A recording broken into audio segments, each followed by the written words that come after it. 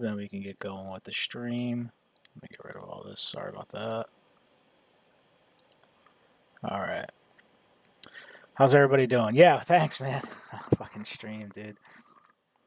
I just like overloaded my computer apparently. It must have been on my porn sites. Nah, it's not. It wasn't that. I was trying to load YouTube up so I could get the chat. And when it was loading YouTube Studios, it just crashed out the crashed out my whatchamacall. I guess my memory got overloaded. Anyways, let me turn the volume down a little bit. I had to adjust my mic earlier. Let me know how the sound looks. Sound is. What app am I using? I'm using OBS, YouTube, not YouTube, TikTok Studios, and right now I'm using TradingView. That's about it. That's the only apps I have open on my computer. But yeah, man, let's look at the price action, guys. Let's talk about it. So we had a holiday weekend, right? Martin Luther King Day today in the U.S., so U.S. markets have been closed. So it's been a 3-day weekend for U.S. markets, and you can see by the price action, there's been a lot of volatility.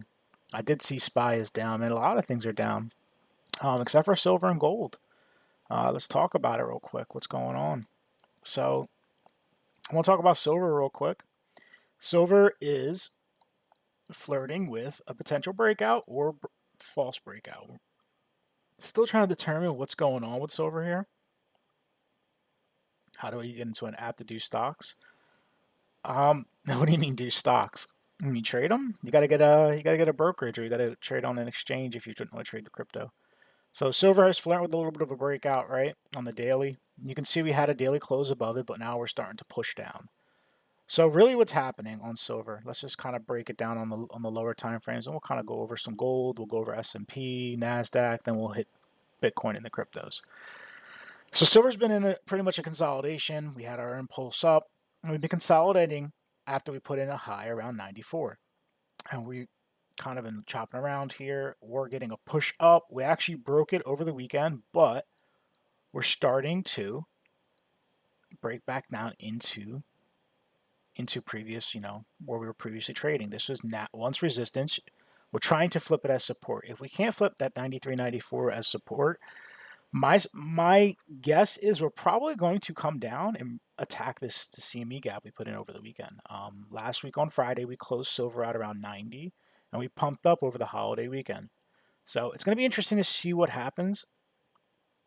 I'll let you know. I'm actually short on Apple Corvette. I've been short on it for a little bit. So it's going to be interesting to see what silver does coming down into this gap. If we do decide to come down, look, there's always the chance that this thing just continues to do this and then makes its break up. But in the case it doesn't and we start getting acceptance below this, I expect this gap to get attacked. Could potentially be a nice little short if the opportunity presents itself. I'll be honest with you, I'm not super like excited to try to short silver. The reason I don't want to do that is because I'm going to show you what gold's doing right now. Gold, on the other hand, very similar setup. We gapped up over the weekend, right? Gold's been straight up too, right? Gold's been breaking its highs for quite a bit of time. Gold's already broken its high from last year, put in another high this year, and now it broke it this weekend that just passed. So why is this happening? Well, I guess there's a lot of uncertainty and scares going on with the Greenland news and everything that's going there, like with Trump trying to take Greenland. And I think geopolitical stuff, typically when people are afraid, they'll run into commodities like gold and silver, because you really can't trust like currencies, because you never know what's going to happen with country to country, especially if like a war ignites or something. I'm not saying it's going to happen, but people think that way. So gold and silver tend to get some love during geopolitical scares. So look, gold's in a very similar situation, except it's flagging out above its previous resistance. We do have this gap back down to maybe about 4,600, maybe 45.96. But it would need to lose that 46.45 first before anything. So if we start to get acceptance back in here, I imagine this gap might get filled on gold. That's why I'm a little apprehensive, because the way gold looks kind of strong right now, I don't know if I want to short silver just yet. But silver and gold look really good. Just kind of a little bit of an overview on that. I don't really have a play on it. If we do get the opportunity to short it, I may look for it, but right now I'm just not convinced yet. It's still chopping around up here. Maybe we form a little bit of a head and shoulders on silver on the lower time frames, right? Little shoulder, head. We come back up, form a little bit of a right shoulder. That might give me a little bit more confidence to want to look for a short, especially if we can't get back above this previous resistance. Gold, I'm not really looking for anything right now. I'm waiting to see what gold does to kind of like give me the heads up on what's going to happen with silver. And you can see gold's just kind of consolidating right now. So we'll find out probably going into either tonight or into tomorrow. We still have London and we have US opening from the holiday weekend.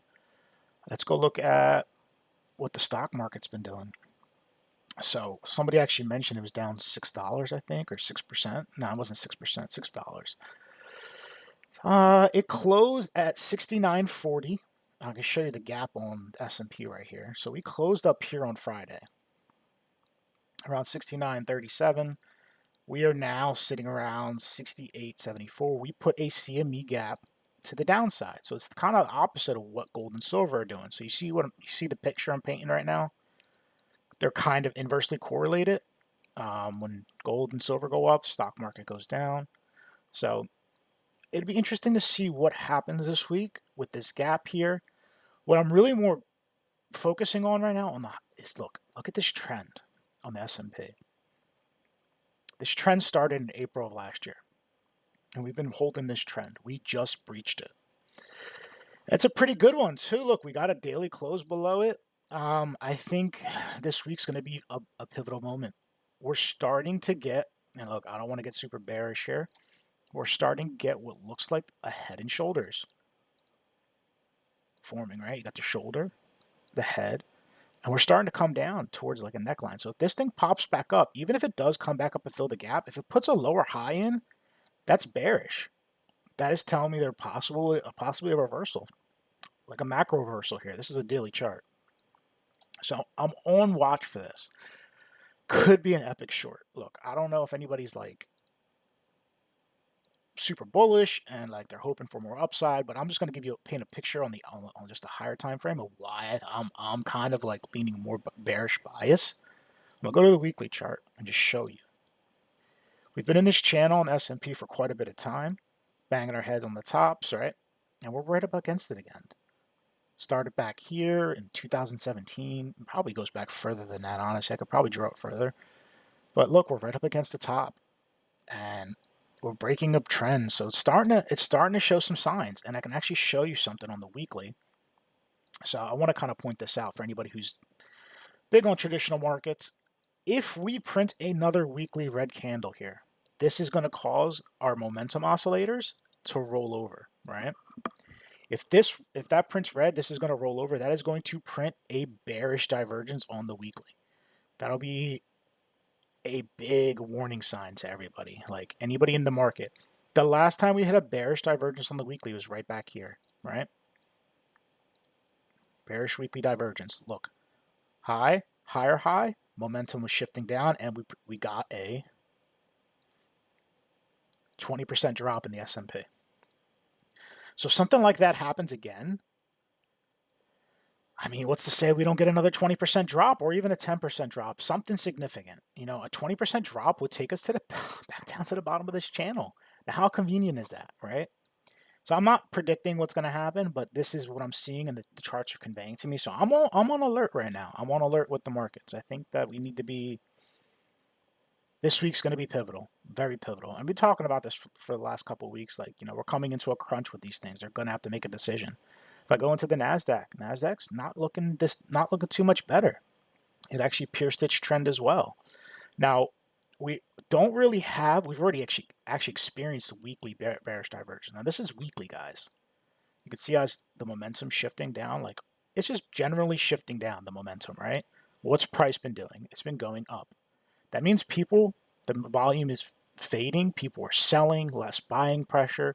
So this is an early warning sign for anybody in the markets.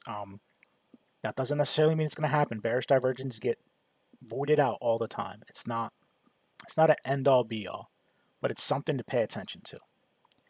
So that's what I'm seeing in traditional markets on the higher time frames. I like to go over the higher time frames to start the week off. Since yesterday was more of a holiday. Today was a holiday. Sorry about that, guys. Let me pause all alerts real quick so we don't get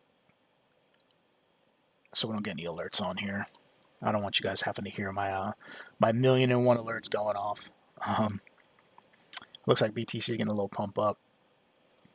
But yeah, man, like look, we don't know what's going to happen in the markets at this point. So we need to just kind of like go over the higher time frames in the beginning of the week. We got to see what the markets are going to do. See how New York's going to open tomorrow. See what they want to do after a holiday weekend, because they're the ones that I think everyone's going to be looking to them. Now we'll have to see how Asia and London react tonight. But just looking at Bitcoin, let's go to Bitcoin real quick. I want to pull up just a fresh chart. I don't want to use the same chart here. And then we'll talk about Apple. We can get into some what you guys are looking at. We can, you can throw your charts in. I just want to kind of get a little macro real quick. So look, what have we been in Bitcoin? I've been talking about this for a while. It's a bear flag. We're in a bear flag right now. This is what this is. Until proven otherwise, this is right now looking like a bear flag. You can run a parallel channel. I'll show you right now. It's kind of how I had it drawn out a minute ago on the other one. But like you could run a parallel channel right up. And then you can kind of connect them. See how they connects the dots, right?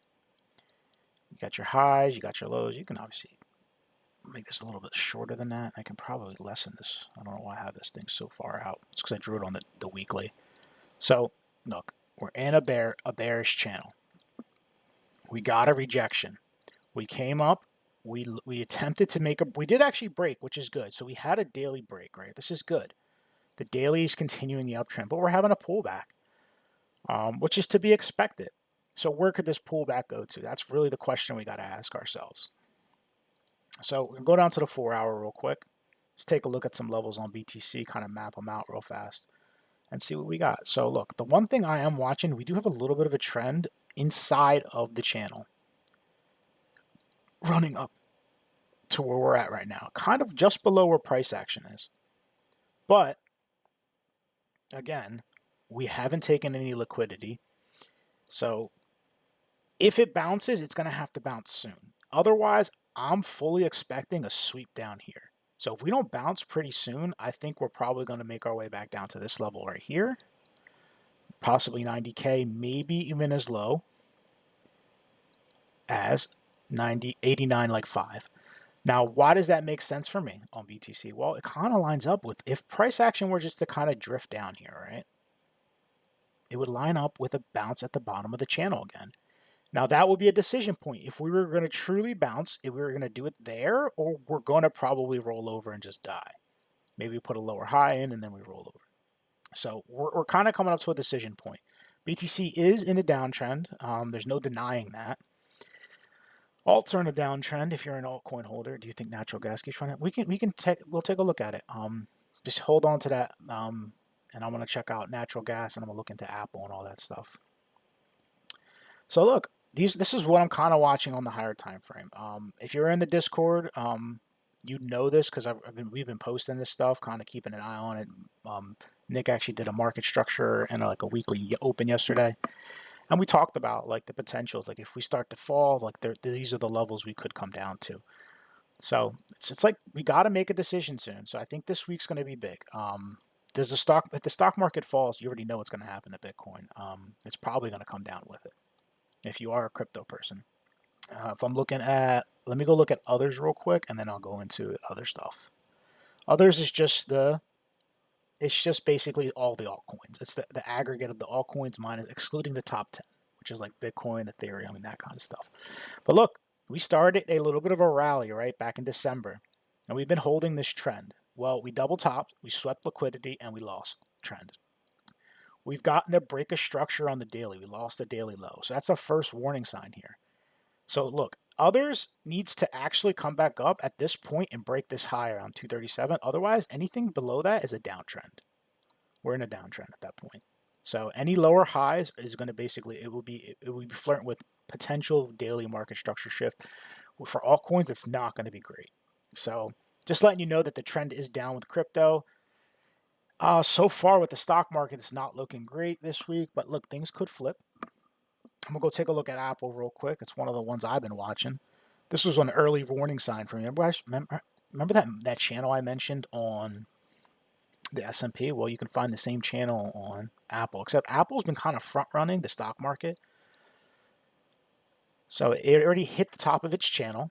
All right. I was talking about this short for a while. It actually put in the head and shoulders. Remember that head and shoulders pattern I was just talking about on S&P 500? Well, look, it's starting to, it already did that.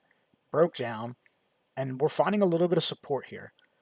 Do I think it's going to be much support? No, we're already rolling over, and I think it's going to continue down. The bear flag's already broken down on this thing. I think the target's probably going to be closer to 244 before we see a bigger bounce on Apple. For anybody who was wondering about it. I went down to my 4 hour, like, look, you see this right here? This was a bear flag. And this is kind of what crypto's been doing. Kind of coming down and stuff. So Apple's front running the stock market from what I can see. We got that bear flag, measured move, like I said, takes us down to that 244. So we'll see how the week opens. I'm actually short. When I was talking about my short, I'm short from up here and where the trend broke initially. And you could see the same thing. The trend from the bottom of the channel all the way up. When it broke, it started to run down. That's what we're seeing in the S&P right now. So just be mindful, like, sometimes there's warnings out there that this could potentially roll over. So that was Apple right now. For Apple to get bullish, Apple needs to start. It needs to hold this level. If it's gonna if it could hold this level, and let's say we get a bounce here, we need to break 261, 262. That level has to get broken for me to even consider like closing my short out. So until that 261, 262 gets broken and we can see an uptrend start to form, I'm not interested in any longs here on Apple.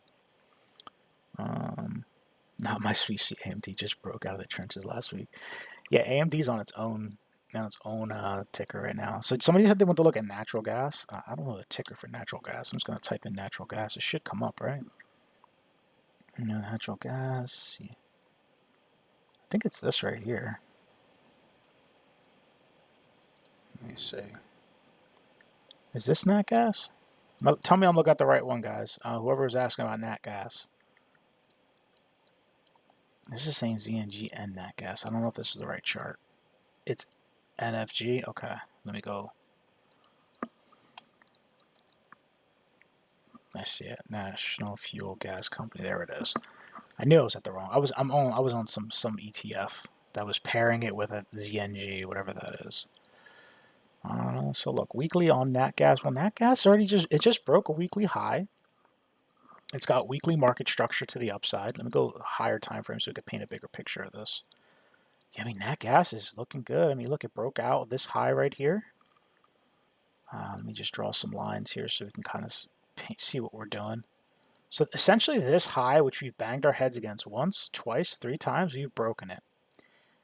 Before that, we were trading in a very big channel. I mean, the channel ran all the way down to just about, down here almost. Down to 32, from like 32 up to about 80 bucks. So right now we're trying to flip $80 into support. If we can flip this 77 to 80 bucks into support, there's no reason that nat gas doesn't continue up from here if it can hold this. You know what I mean? It would just continue to make new highs. If it starts to close back under, then it's a failed breakout or it's just a correction. It made a new high and it's pulling back. So you have to keep an eye out. I think the first thing you need to look for is that 77, 78 to get lost and to turn into resistance. That may signal a temporary pullback. So just keep an eye on that gas going into the coming weeks, maybe months. This may take a while to play out. We do have a little bit of a trend coming from the bottom. Let's see where the trend ends up. Look at that. We're almost at the trend. So we got trend and let me get rid of my squiggles. So we got trend and we have horizontal support below us. So I think it's important for nat gas to hold this level around 77 if it wants a chance to go any higher. Like I said, you start to lose this trend, you start to lose this horizontal, then you're probably looking for a pullback potentially. And who knows, maybe this is a significant high. We won't know until it pulls back and figure it out. But for now, the trend's up. No reason to fade it. In the short term, if you're looking for a move, to kind of tell you what's going to happen, look for this high here to get broken. This high at about, that's not it. I don't, what's the ticker, dude? Type the ticker and I'll look at it. I'm wasting time on this one. This is National Fuel Gas Company. Type in the ticker, Gabe. I'm going to go look at something else real quick and then I'll get back to this. What else do you guys want to look at? Y, HY. Let me go get AMD first, then I'll go look at that. Someone asked about AMD. Sorry, I'm like freaking TA in the wrong shit over here. All right, so AMD, I drew a little bit of a squiggle before, kind of just what we were talking about. It came down. It's bouncing off. Let me get rid of this line. I want to just kind of clear up the charts a little bit so we can see what the TA looks like. So look, AMD has been going up since April of last year, March of last year, since the tariff scare. We're holding trend. We put in a CME gap back in October when we gapped it. AMD gapped up. I think that was off some news about them, some contract they got or something. They came back down since and have retested the top of the CME gap several times, 3 times actually, put in new highs, actually tested the trend again, and it looks like it's getting ready to mark up. I mean, it broke back above the, previous high right there. If it can hold above this 227, I don't see any reason why it doesn't make its way up to at least retest or attempt back at the all-time highs around 264. So, I mean, this could be in the cards if this continues. I mean, this is a good-looking pattern right here. You got a trend underneath so that you have your cutoff. If you start to lose this trend, you can almost guarantee they're going to fill this gap back down to 167. But as long as we're above this 200 and this trend, I think all-time highs are in the cards. And if you break that, then you go back into price discovery again. So this thing's looking good for now. I wouldn't fade it. If you're long, congrats. If you're short, you're probably going to be sweating for a little bit. But if you're looking for a short or looking when to short it, wait for this trend. See what happens with this trend. When this trend fails, that's probably going to be the best time to short.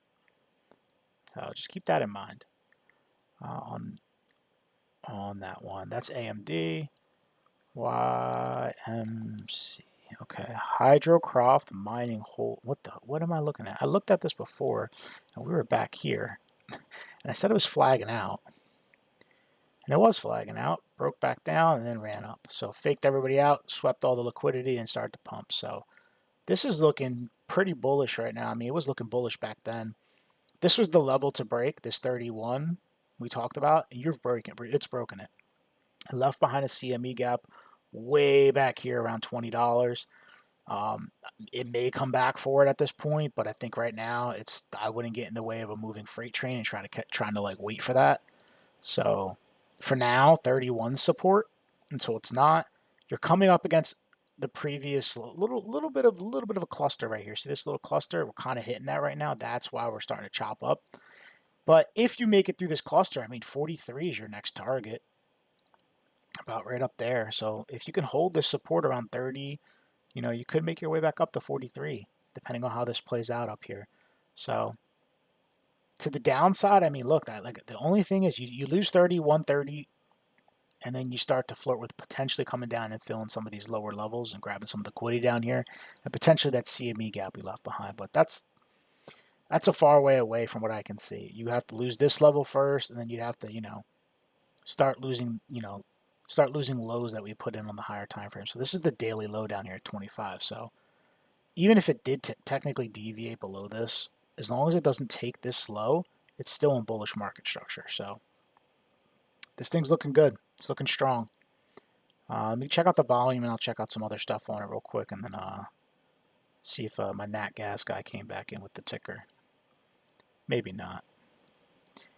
Anyway, let's go look at volume. Let's see how volume looks. Volume looks good. Look at the daily volume. That's a good sign. You want volume going up like that. Let's see what Market Cipher looks like. I'll put this one away real quick. Market Cipher, green money flow. It's just kind of chopping around. You do have some bearish divs kind of forming, but they could get invalidated. The money flow looks good. Volume looks good. I mean, I wouldn't try to short this. Basically, is what I'm saying. But I mean, I necessarily wouldn't long it either. But what you could do, go down to your 4-hour, right?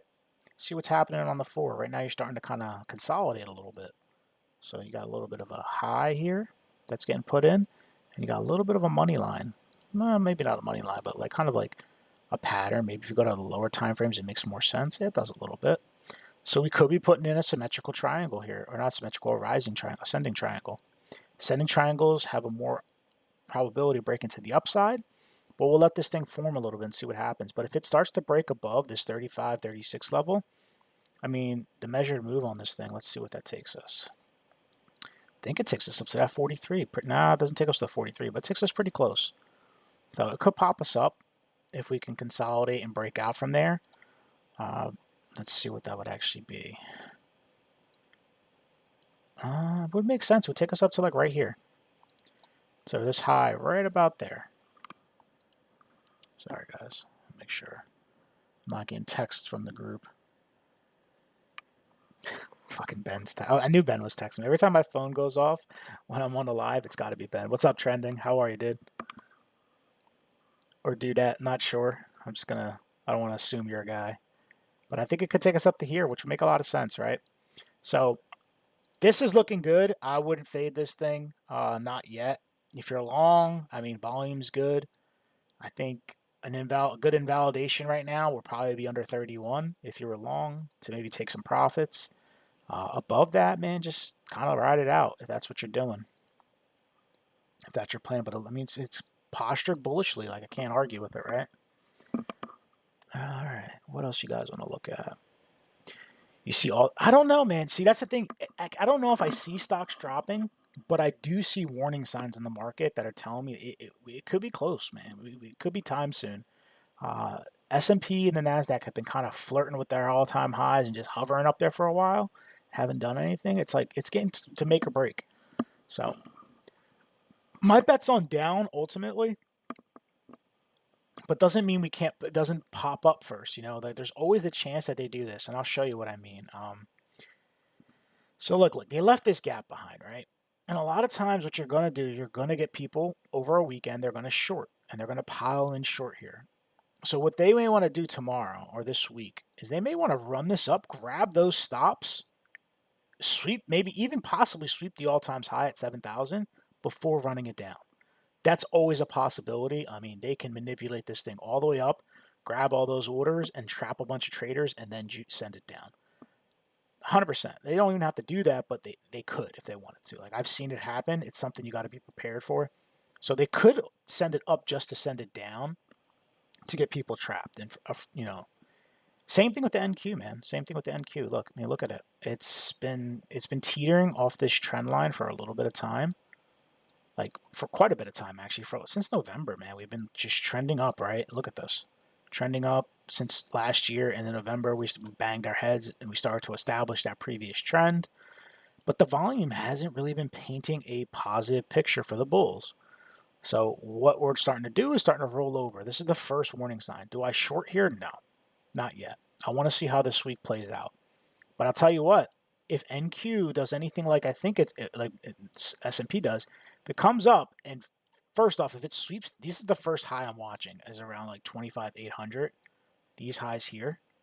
If they sweep these highs, I shouldn't have drawn there. That was terrible. Let me just use a line to just, here we go. Let's just do this. So that high right there is the first high I'm watching. And then the second high I'm watching is the all-time high. So we have two forms of resistance above us. If we fail to get above this, then it's not looking great. If we get a pop above this, I'm watching the all-time high, or I'm watching for a quick drop. I'm watching for a quick pop and then a quick reversal. For the shorts, if you're looking for a short and if you're short bias. If it's going to run down, that's a possibility as well for NQ.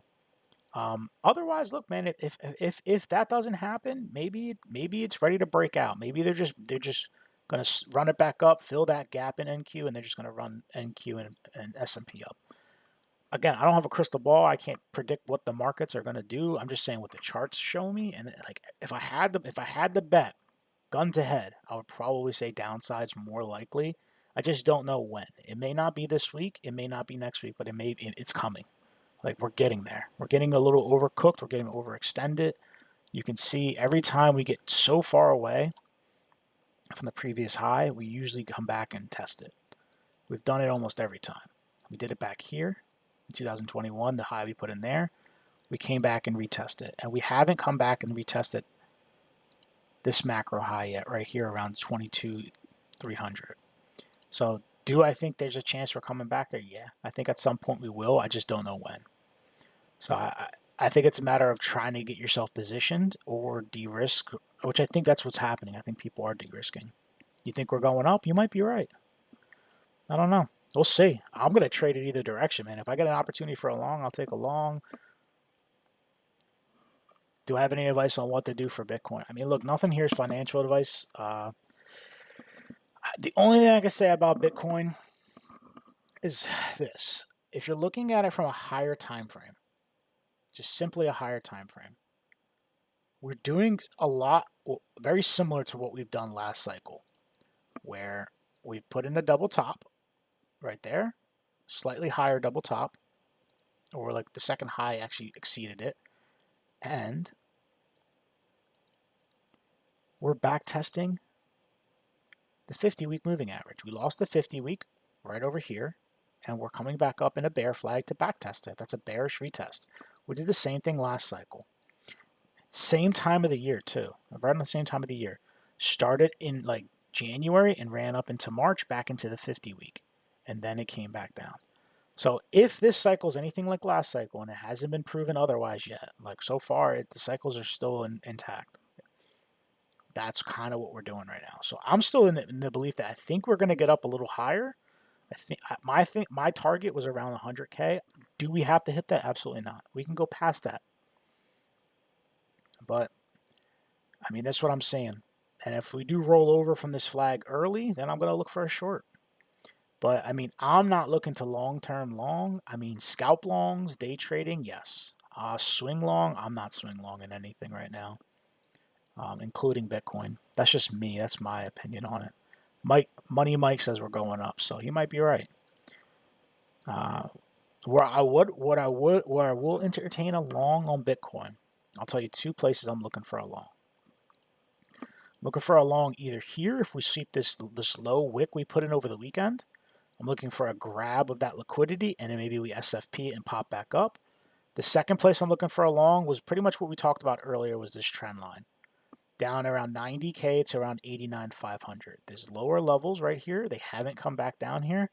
If they were to come back down, it lines up with the bottom of the channel right here.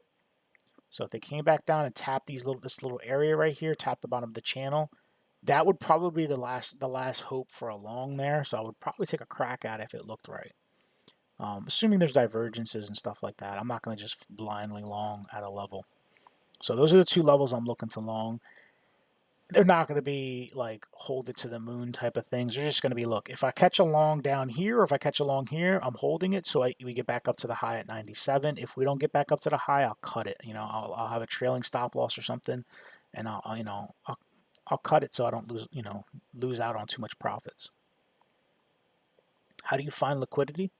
Liquidity is simple, dude. It's areas where people, one, put stop losses, and then the people that are putting stop losses, that's usually where big money and smart money come in and take the trades. So those are the two levels. So those usually happen at significant highs, support and resistances. Sometimes they happen at weird levels like trend lines. Sometimes they happen at VWAPs and stuff like that. But the majority of the time, if you want to keep it simple, just look at the daily or the 4-hour and just look at the significant high. So you have a significant high around 97, and you have a significant low around 89.90. There's liquidity there. I could promise you. Why? Because there's stop losses there. There's people who were in the trades and put their stop losses below it, and there's also people who are waiting to try to load up there. If the market graces us with a sweep or an SFP. So that's usually where liquidity lies. It's where traders are ready to go in. You're not going to catch smart money trading in the middle of a channel. You're going to, or in the middle of support and resistance. They're going to be trading at extremities. So anywhere you can see an extremity, usually on the daily, is probably going to be a good area. You can go down to the 4-hour and you can catch some good areas on the 4-hour as well. There's liquidity everywhere, but you're looking for concentrated areas that smart money's entering and exit. You're looking for the traps, essentially. And they usually lie at, swing highs and swing lows on the 4-hour and the daily, from my experience. But yeah, it takes a little bit of understanding of the markets. Do the 30-minute marks matter a lot? So the way that you have to think about the time frames, all the time frames are doing is just like a microscope. Every time you zoom in on a lower time frame, you're zooming in on price action. The higher the time frame, the more weight you can put on levels. The lower the time frame, the less weight you put on them. Why? Because less eyes. More eyes on the higher time frames. You got day traders, you have investors, you have hedge funds looking at the dailies, the weeklies. They're not looking at the 1 minute, the 3 minute, the 5 minute, the 15, the 30s. Yeah, you'll have day traders looking at the 15 and the 30, but not your average everyday person or investor or somebody who's like playing with, loads of money and they're trying to get in the market. They're not looking at the lower time frames, look at the higher. So the higher the time frame, the more weight. So yeah, the 30 minutes, if it, look, here's how it works. If you're on a 30 and your 30-minute level lines up with like a 4 hour or a daily level, a higher time frame level, it's probably a good level. If you can't see your 30-minute level on a 4 hour, it's probably not that strong of a level, and you may want to just kind of like, just know that going into it. Just cautiously optimistic that it may get faded. So just keep that in mind. Oh, by the way, guys, if you're not following, give us a follow on TikTok and YouTube. We do lives almost every day of the week. We stream on both YouTube and TikTok. My name is Eddie. I am a trader at Tactical Edge Trading. Our website is tacticaledgetraders.com. Links are in the bio. Check us out. We have a free Discord. We have free educational content. Yeah, and we're a trading group. This is what we do. This is what we love. A lot of us make a living on it. Some of us are aspiring to make livings on it. Some of us are just trying to get better in the markets, but that's the goal between all of us. It's the common ground we all share. We all are, trying to improve within the market, sharpen our skills, whether it's trading, investing, just understanding. But look, for now, Bitcoin's in a bear flag, man. It broke down from a bear flag. Short term. I have more bias leading to the downside until we can get back above 93.5. And then really, I need to see Bitcoin get back above 95.5. That's the big level where we dropped off over the weekend. Because that's where CME opened. We opened CME here and we dumped. It's not a good sign. So we'll see. We'll see what happens. Bitcoin's got its work for it, cut out for it this week. Let's go see what silver's doing. Look, silver's starting to break back down. So I guess what I'm looking for on silver is, can it get back above this level? Does it put a shoulder in, or does it come back up and attack this high? I mean, it hasn't taken a low yet, so we have to see what happens. But I'm still watching that. What else you guys want to look at? Oh, by the way, I'm not sure what your name is. I just see Star Hand Sky. I don't know. Anyway, whoever asked about the liquidity, if you're interested in liquidity, check out our website. Like I said, links are in the bio. Ben has a entire module on liquidity, support resistances, that kind of stuff, how the markets move. It's all free. Check it out, dude. It's I'm telling you, it'll change the way you look at the markets. I could check out ETH. And if you want to learn more about it, man, join our Discord, dude. It's free to join, and we can teach you. We can teach you what you want to know. I mean, I learned a lot about liquidity just joining the group from Ben and Nick. They've been doing this for over a decade, so yeah, they're good guys, man. All right, so let's look at ETH real quick. Somebody asked about ETH. ETH looks a little bit better, I think, than Bitcoin at the moment. ETH's holding up pretty strong. If I had to say, if we do get a bounce, I think ETH's going to bounce hard. That's just my opinion. We've been holding. It's been, look, here, let's just paint a picture. It's, look, low, higher low, higher low, higher low. It's just putting higher lows in the entire time, right? Hasn't invalidated that yet. We're still banging our head up against this $3,400 area. You can see we wicked up here once, and we came up here again and rejected. We haven't put in a new low yet on ETH. There's a daily chart, by the way. So we haven't put in a new daily low, or even a 4-hour low, really. I mean, I guess this is a 4-hour low. We broke that, so. Significant lows? No, we haven't. This is what I want to see. I want to see this trend line. Let me get rid of this real quick. I want to see this trend line held. This trend line lines up really nicely. If I pull a fib, that's what this is right here, the box. It's a golden pocket. That's the 618, 786 area from the low, from the daily low to the daily high. That's the retrace. That's a typical area where traders will step in for the buy up to potentially get a higher low. You can see we're kind of getting a little bit of reaction off the 618 right there, the top of my box. There's a chance we're probably going to possibly come down and even test this trend. As long as we're above this trend, I'm cool. I think we're poised for a little bit higher. Potentially 3,500 up to 3,600 where my line's at. This is kind of where I'm thinking ETH may make its way up to. if it can hold. If we breach this trend, it's probably coming all the way back down. Take all this liquidity. This entire uptrend will probably get swept, or at least a decent amount of it. And it could run all the way back down. So I think this trend is very important for ETH in the next week. We need to watch that. I think minimum, you don't want to lose this low here. You don't want to start deviating below like 3,090, this low here on the daily. You start going below there and getting closures below that, it's not looking great for ETH because that's a break of structure on the daily. This could be a significant high. I would imagine there's probably bearish divergence that formed that we probably could have caught this move. Yep, you can see it right there. Daily bearish divergence off these highs. Momentum's fading as we're getting new highs. And we're seeing the pullback as a result. So we need to see if this trend in this, this golden pocket area hold. If it doesn't, then ETH's probably coming down, just like Bitcoin. Bitcoin hasn't lost any significant lows just yet. See how it's still putting in its high. Look, it hasn't lost that low at 89.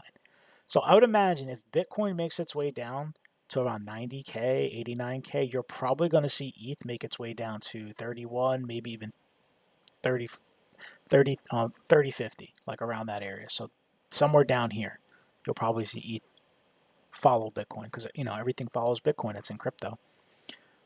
Is it going to go up or down? What's your prediction? ETH right now, man. I don't have a prediction. It could go down a little bit more to go up. You get what I'm saying? Or it could come up a little bit to go down more.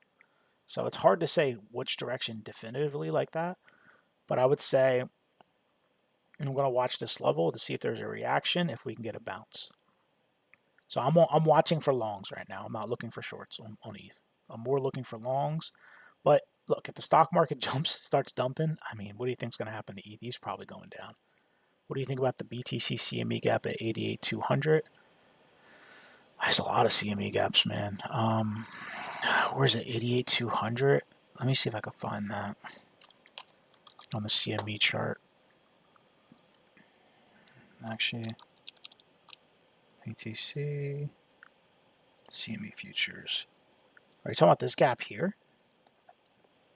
Which gap are we talking about? Because I don't see a gap. I think we filled them all.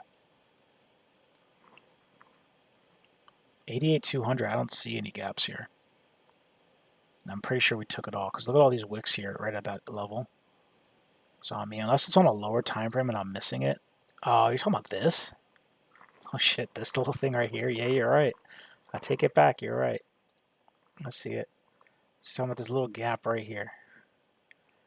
I mean, I bet you some people got it marked out on their charts and they're waiting for the price to get back down there. But in order for that gap to get hit, we'd have to take this low here. So this whole low would have to get taken. That would be bad for market structure. So if we did come down here just to fill this gap, I would say we're probably like in the start of a downtrend again. So that would break a daily low. That would be a daily break of structure. That would probably not be the greatest for price action, but doesn't necessarily mean they can't go for it. I just don't know if I'd be looking for crazy bounces out there. You might get a bounce though. If it like ripped down here and hit this gap, I mean, it's going to grab in liquidity here. It might even grab some of this liquidity here. There probably will be a reaction at that level. But I don't know what the chances are. I think we need to lose that 90,000 level first, that 89.5 to 90,000 level first, and then we can talk about that gap. That'll be the next level down. But it's there, man. It's definitely in the cards.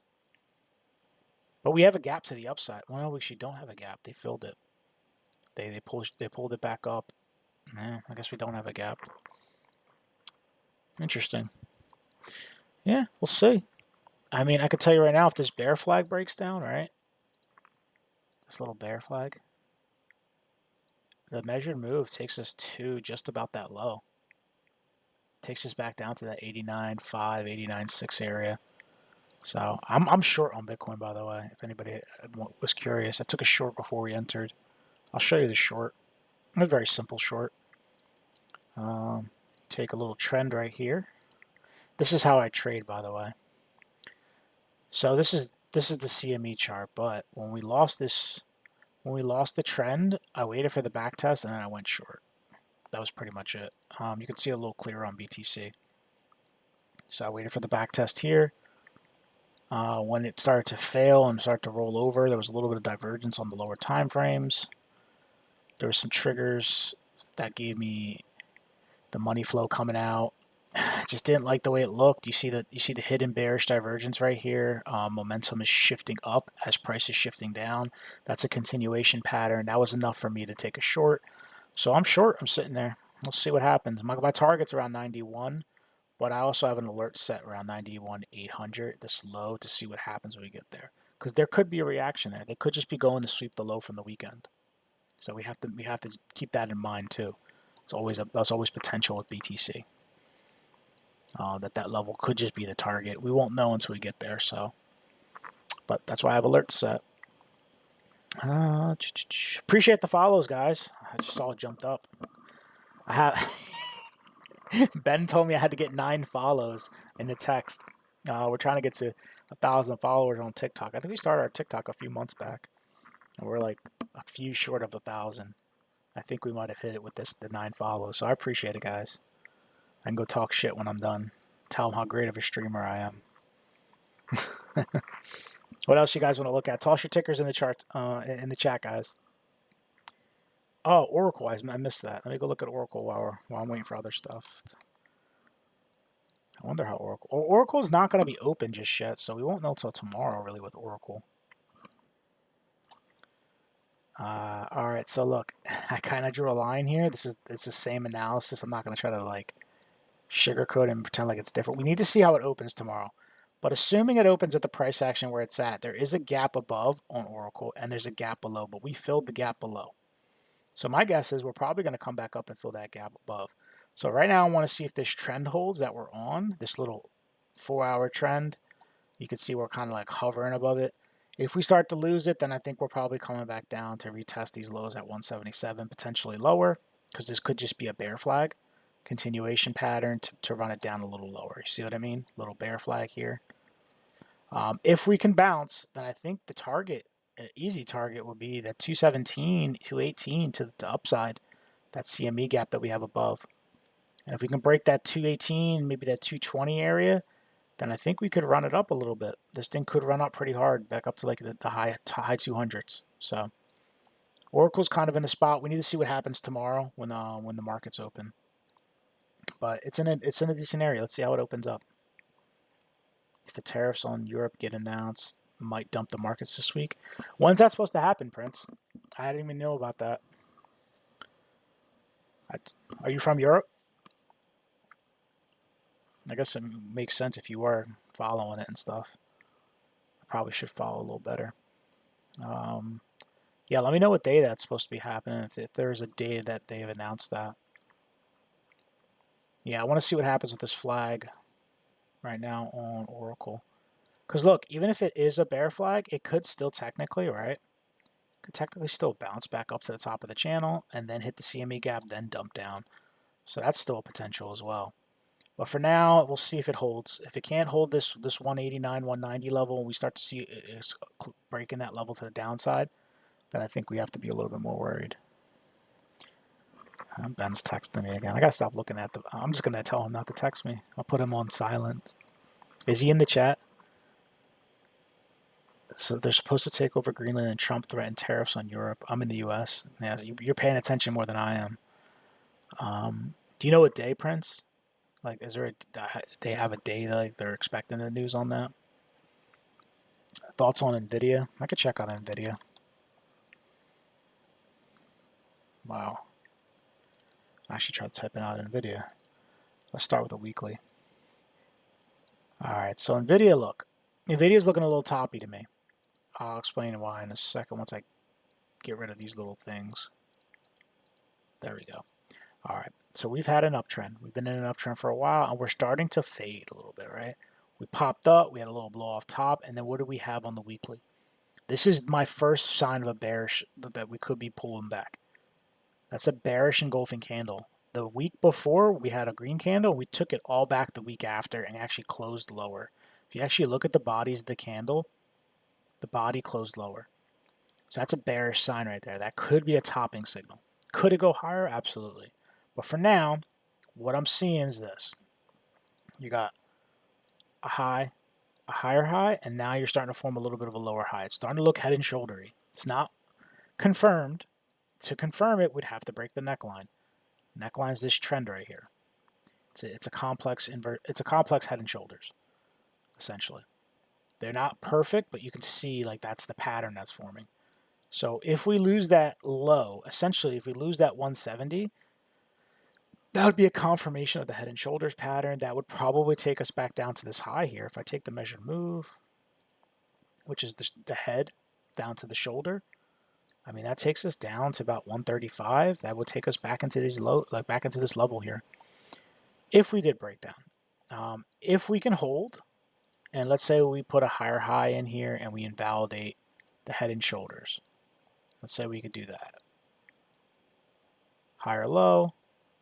The next target would be the highs again. Would be 212, but we'd have to break the high here around 194. If you can crack 194, you're opening up the gates to possibly taking the all-time high again. I'm going to go look at the volume real quick and see if that even supports it. It doesn't. It really doesn't. I mean, the volume's fading on the daily. Let me see what the weekly looks like. Weekly's been fading. 4 hours still coming down generally, trending down. So the volume's not backing it as of right now. See if there's any other money flows coming out. The only thing you kind of got going, you do have potential bullish divergence forming, but it hasn't been confirmed yet. If this rolls over, it's gonna invalidate it. So yeah, I'm a little impartial on NVIDIA right now. It's kind of in the middle of a range. It could go up, it could go down from here, because even on the lower time frames, like this is a daily break of structure right here, but it hasn't market structure shifted. It would have to break this high around 194 to really be a shift of structure, a market structure shift. So right now you're kind of getting like this pattern going right now. Maybe a flag, potentially a flag. I don't want to get too ahead of myself on it, but hey, if it can hold this high at 171 and it can put a higher low in and it continues this little consolidation, there is a chance that it pops. And if it was a flag, I like to, by the way, I like to paint both sides of the fence. I give you like the whole thing. I don't like to just be bullish or bearish. I mean, the flag, if it broke up, it would take us back to the highs. So that could make sense too. So that's why I'm kind of impartial on it. I wouldn't short or long it right here is basically my answer to that one. But I think if you play the waiting game, you can probably catch a nice trade here. Now, there's possibly a flag breakout that could happen in the next couple days or weeks, and it could take us back to all-time high. And there's potentially a bigger macro short if we start to print a head and shoulders and actually confirm by breaking the neckline. So there's a play either direction, but right now I would sit on my hands and just wait and see what happens. Let the price action tell you what's going to happen next. As of right now, I think it's just kind of consolidating. There's no real direction on it. And what was the other one you asked for? TTMI. TTM Technologies. Oh, this thing broke out. Look at that. Straight up, dude. Wow. I gotta go to a higher time frame just to see. Alright, so fuck, look at this thing. Wow. Alright, so that was your previous range. You broke the range, you came back, you pumped. Not much market structure here on the higher time frames. Weekly's got a little bit of a trend line, right? So we can track this. Track this trend line, but we're kind of far away from the trend. So this is not the time to get long. I don't know if there's any shorts here just yet, but look, we have this trend as support. We're pretty far away from it. I would probably put a little bit of weight in the previous all-time high around 80. So this could potentially be support if we were to come back down. You have that $80 previous high, and you have that trend. So this kind of falls in a little bit of an area that maybe if price did make its way back down here over time, let's say we did this, maybe a continuation. But usually when you get these big pops like that, the way they go up are usually the way they come down. So I don't want to like be the bearer of bad news or anything like that, but usually these things aren't long-lived. Can I check QQQ in a lower time frame? Sure. What time frame are you looking for, Trendon? I could do a lower time frame analysis. I mean, yeah, you're kind of just consolidating right now. You got a little bit of a money line here on the lower time frames that can kind of cue you off if this thing's going to break down. But at the same time, it's flagging out too. Look, right? So as long as this trend's intact, I don't think you're going to do anything bad. I don't think it's going to just drop. When we start to lose this trend, if this trend starts to drop, I don't even call it a trend. I'm going to take that back. This is not even a trend. So this is tough. This is a tough one to really, when you get this kind of price action, it's tough. I mean, I guess, look, this is the low here. If I had to pick a spot, 92, if you lose 92, I'll show you on the VRVP what happens. See the volume, how it fades? We go from a thicker volume zone to almost no volume at all. That's where price moves fast. That's where it gaps up and down. So as of right now, if you lose 92, you're probably coming back down to 80 pretty quickly. Maybe even a little lower, but I think 80 is a safe target if it loses 92. As long as you're above 92, you're okay. I think you're okay. Because, I mean, on the 4 hour, that's like, there's no real lows put in just yet. But that's, I guess, the most significant low you can find. So that's where the volume fades. So above like 92, 93, you're okay. Yeah, dude, this is a tough one. When you get charts that go straight up like this, it's really hard to TA them because this is impulse. This is people, just piling in emotions, euphoria. That's what's happening right here. I can check it on the 30 and the 15. Yeah, so this is a tough one. But I would say, look, keep an eye on 92, 93 on any pullbacks. You start to lose that, it could be a bigger pullback back down to 80, where you may find a little bit of support, but you did leave a little bit of a CME gap behind right here, right under 80, which is kind of conveniently placed, right? So you got a CME gap just below 80. Give me 1 second, guys. TikTok wants to make sure I'm still alive. I have to go do a CAPTCHA. All right, so look, there's the gap below. It's right below that 80. This is going to be an interesting area. I think at some point we're going to get back down here. So I'd keep an eye on this 80 to 81 area to see what happens there.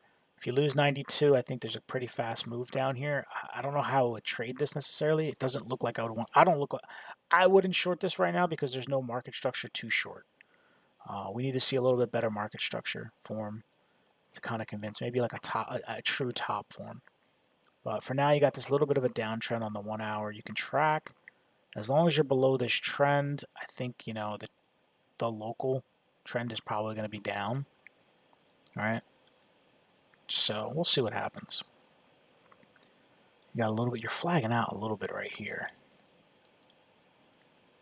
See that right there? Kind of flagging out a little bit. So this starts to break down. That might be a sign that we're coming down to retest this 93. Let me see what the measured move of this would be. About the measured move. Takes you back down to about 96. Yeah, it could make sense. If this was just a flag, take us back down to the low of the flag, right? Draw this out a little bit better. Let me draw a parallel channel. Parallel channel will make a little bit more sense here. So I'm just piecing this together real quick so we can kind of paint a picture together. See that channel? Look at that. So if this little trend line starts to break, you're probably coming down. It lines up with the lower end of the parallel channel, which also lines up with this 96 area, which is probably your next liquidity zone. And see these gaps right here? This is it gapping up. There's CME gaps here, so they'll probably come back for a lot of this shit. They're going to probably come back and fill some of these efficiencies. So if we lose this trend, I think that's our first target is 96. Potentially down to 93 if they want to run it all the way down. I think you'll get a little reaction at 93. They're probably going to protect this gap. I doubt they're just going to just nuke it from here. You might get a little bounce, but anything below 93, like I said, it opens up the floodgates.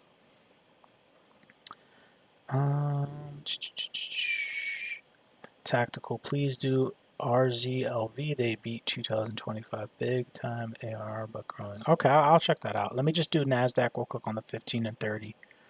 Someone requested that before you. And then we'll get into it. So look, if I had to like pick a direction right now on the 30. So if I'm going to look at the 30, let's just look at the hourly. Let's mark it off on the hourly, then we can come back to the 30 and the 15 and see what's happening. Because I trade on the 15, like I'll look at the charts on the 15, enter, but most of the times I'm charting on the hourly. So you got this gap above, which is being protected. You can see it's resistance right now, just to enter this low volume gap, or not low volume gap, this CME gap. So this gap is being protected. But we're also starting to form a little bit of a reversal pattern here. It's starting to look a little bit like an inverse head and shoulders, not clean just yet. You do have a little bit of a trend line now. So you got a little bit of a trend forming, pushing into this gap. If we fail to break 25,300, it's probably going to roll over. If you lose this trend and you roll over there, it's probably coming down a little harder. If you can break into this, they'll probably fill the gap. I don't think on the first pass you're going to get through. They usually don't break through. So you'll probably get some push up, some rejection, and if you're going to go, it'll then go. It'll pull back first, trap the traders, shake out anybody who tried to go long, like a breakout long, before they run it up. So that's a potential play on the 30 I would see maybe happening out in the next couple hours, maybe into tomorrow. But the markets don't open till tomorrow, so everything that happens now is all futures. So we'll see. We'll see if what London and Asia have in store for us. But for now, just track this trend, man. Lower time frames. Let me put that back. Let's see where VWAP's at. I mean, we're above VWAP, right? When you're trading on the lower time frames, typically I like to use the 15-minute session VWAP. That's the volume weighted average. That's where the day traders are trading. That's what they're looking at. They're looking to either mean revert back into VWAP, or they're trying to accumulate below VWAP to go long. They're not going to buy above VWAP. But as long as we're above VWAP, we're bullish usually for the day. As long as we're below VWAP, more below VWAP, we're bearish for the day. Right now, we're above it. So if I had to guess, 25.50, without really like getting too precise, is probably our support. We start to lose that VWAP, we come back down, test this trend, we lose this trend, we're probably coming back down to retest the lows. To the upside, like I said, is like around that 25,320, that CME gap that we have, and that runs all the way up to about 25,400. So that's what I'm seeing. Those are my immediate levels on the lower time frame to the upside, and those are my levels to the downside. If you can hold above 25.2, 25,175, you don't lose that, and you can keep putting higher lows in, then this trend continues up on the lower time frames. Once you start losing this, then the trend is compromised, and you have to be almost like kind of flip the bullish bias, or the short-term bullish bias. And it's the same thing on the 15, man. Same analysis. We're starting to trend up, but we got to hold above VWAP. We just opened up. It's testing VWAP now. This is what Asia does. If they lose VWAP and they start to close under it and they start to run it down from there, then you know that the trend is flipped. What AI company would be a great choice to invest? I couldn't even answer that for you, man. I don't invest in AI. I was going to say long term, probably NVIDIA. I don't think NVIDIA is going to go anywhere. I don't think. There's a lot of upcoming ones in China. I know that people are talking about, because the Chinese market for AI is starting to go up there. So if you're looking for up and coming, you might want to look outside the U.S. I feel like the U.S. has kind of hit its peak on AI, and I think it might be going to other countries now. But you want QQQ? Okay.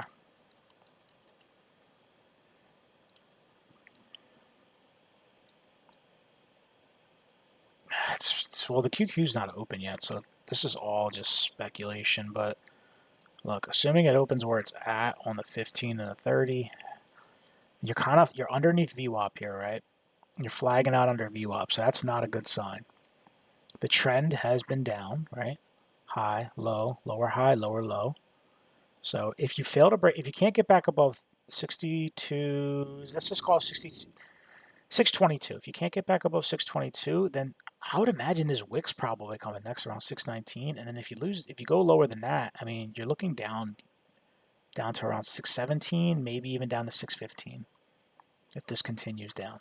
But this is not a bullish pattern right here. This is more bearish than bullish. The fact that we're consolidating underneath whatchamacallit VWAP. It's never a good sign. Let's see. It kind of actually broke out of this. It broke down from this little wedge right here. See how it broke? So boom, boom, boom. It's broken down. It's getting its bearish retest. Looks like it's getting ready to dump. We won't know till tomorrow though, but it looks like it's getting ready to dump. So we'll see how it opens. But if it opens tomorrow below VWAP, I probably will. I'm not even sure. When does VWAP reset? Does it reset in the morning or at midnight? I'll have to check that out. I'm not sure.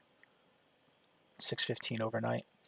Yeah, I mean that'll give it a chance to flip. So we won't know till tomorrow, pretty much, right around London, pre-New York. But as of right now, it don't look great. I would say you lose this 60, the 620.75 low right here. I think you're coming down, and it's starting to lose it right now. It looks like it's coming down. Well, it looks like it's getting ready to come down, but we'll see how it opens.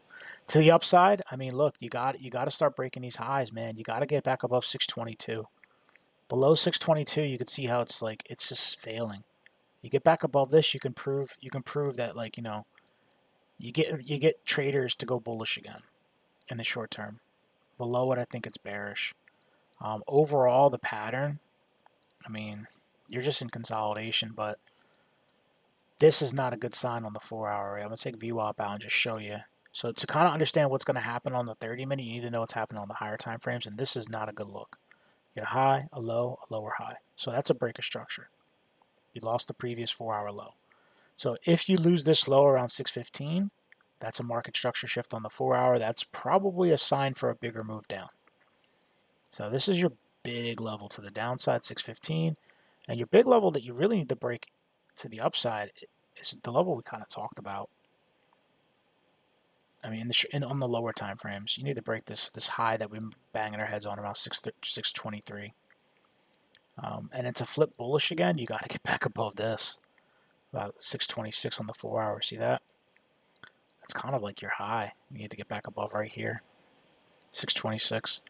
Anything below that is a lower high on the 4-hour.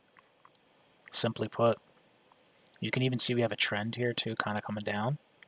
So like, it's in a downtrend, it's in a clear downtrend. So there's some levels for you. Can you tell me another levels if it goes down? How far down? I mean, look, if it breaks 615, just look at it like this. Go to the 4-hour and just look at every level below.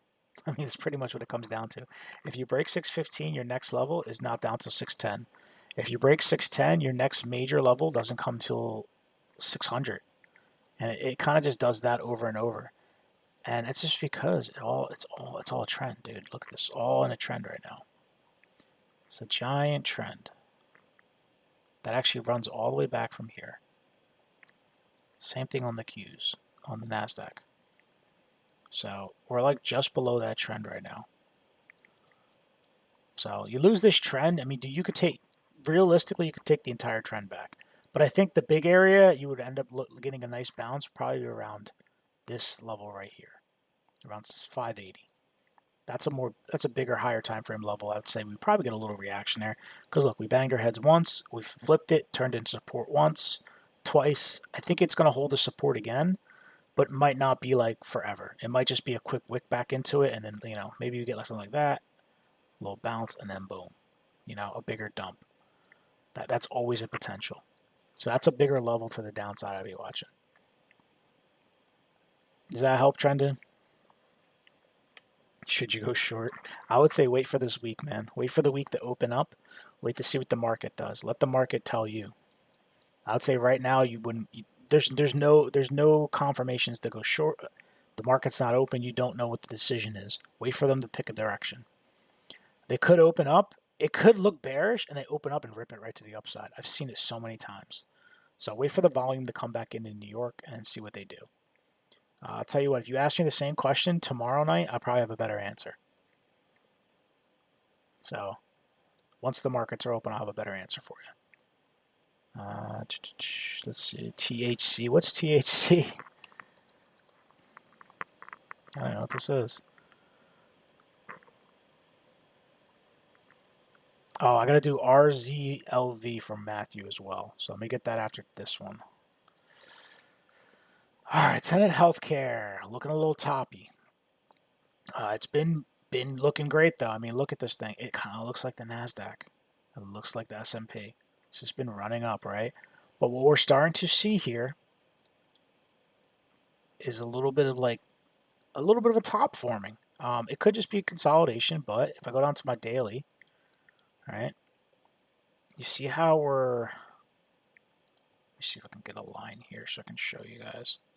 See how we're forming a little bit of a neckline right here? We're getting a little bit of a trend. So we were pushing up aggressively, and then we're starting to fade. That's usually a sign of a fading uptrend. You can see it happened here, right? There's probably divergence. Let me go to the weekly. It's probably there. There it is. There's your divergence on the weekly. Let me get rid of market cipher and I'll show it to you. So you can see how price has been, from here, it's been moving up generally, right? But what's the momentum oscillator been doing? It's been moving down. So that's a bearish divergence on the weekly. That's the first bearish sign. Also, you can see from this high, all right, let me show you right here. This high here, look at the momentum oscillator. Look at this high is even higher. Look at the momentum oscillator here, lower high. So it's just lots of bearish divergence here. So it's just telling me, like, be prepared. There could be a bigger drop coming, or a markdown. So I think where I would watch this neckline. See if this neckline holds. If this neckline starts to pierce all this liquidity, I call it a neckline, but it's really just a trend line. All this liquidity is up for grabs, back down to like 180, 181. And it would line up with this high right here too. It could go lower, but this will be my first stop, my first major stop. See how we pierced it, then we came back down, we finally broke it, then we came back down and back tested. That's our first SR flip. If it were to break this trend, that's the first area I would look for support, is around 180. If it loses that, man, you're coming down to like 150. That's your next major higher time frame level. So, like, scenario drawn out, if it loses this, you're looking for a move down to here. If it loses this, you're looking for a move down to here. So, and it doesn't have to play out like that, but I'm just kind of giving you the scenario. Like, lose this, back test, look, confirmation that's not going to break back up, then you're coming down. That's usually how price action moves, because that's how people think, and that's how people trade. Is this paper? No, this is Tenet Healthcare, THC. This is somebody's request. Now to the upside, let's give you the bullish side, right? If you hold that trend, the high you need to take out is this high right here around 210. If you can take out 210, you open up the floodgates to basically come back up to the all-time highs. Your market structure stays intact. You need to hold this low, though. You don't want to go start dipping below this trend line. You dip below this trend line, you break market structure. It's no bueno. Let's see what the 4-hour looks like. The 4-hour giving us any better? Nah, 4-hour saying the same thing. 4-hour says the same thing. I mean, maybe you can draw a little bit of a trend here. Nah, not really. Yeah, I would just watch this thing, man. I don't know if I would want to long up here. It looks a little toppy.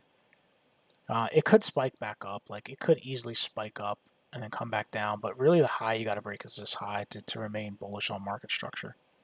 So you got to break back above 210 to the upside. So that's going to serve as like your major resistance to the upside. It's a daily and it's a 4-hour high. See how on the 4-hour and the daily lines up? So that's your major resistance. Your major support is around your current lows, around 194 to 193. That's your major support. You lose that, you open up the chance that this thing could run all the way back down to about 180. Let me line that back up a little bit better. All right, what's the other one someone has asked me for? I gotta go back and find that in the chat. Someone asked me for RZLV. I hope you're still in here, Matthew. Sorry, it took forever to get this one. Resolve AI. Interesting. All right, so whew, this is a tough chart. So look at this thing, man. Jesus Christ. Could you imagine being the people that bought this wick here? Thinking this thing's going to break out, gets sold the dream, and it runs down to practically zero.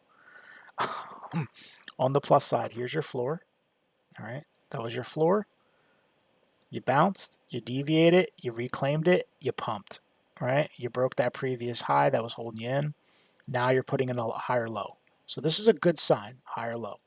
So if I was just looking at market structure and just like expectations of where price could go, I mean, the next target to the upside would probably be somewhere around either this 750 to 844 if it continues in this and it continues, right? You know, put the high, higher low. So you expected that the next thing would be to at least retest these highs. Doesn't have to do that, but we'll see. You can also watch to the downside on the higher time frames. You want to watch this low here at 220. I mean, it's pretty far away because this thing's pretty volatile. That's on the daily. Those are my daily levels. 4-hour levels, you could probably break it down a little bit better.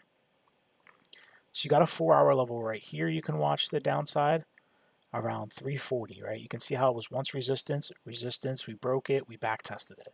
So this 340 is probably going to hold as support, temporary support at least.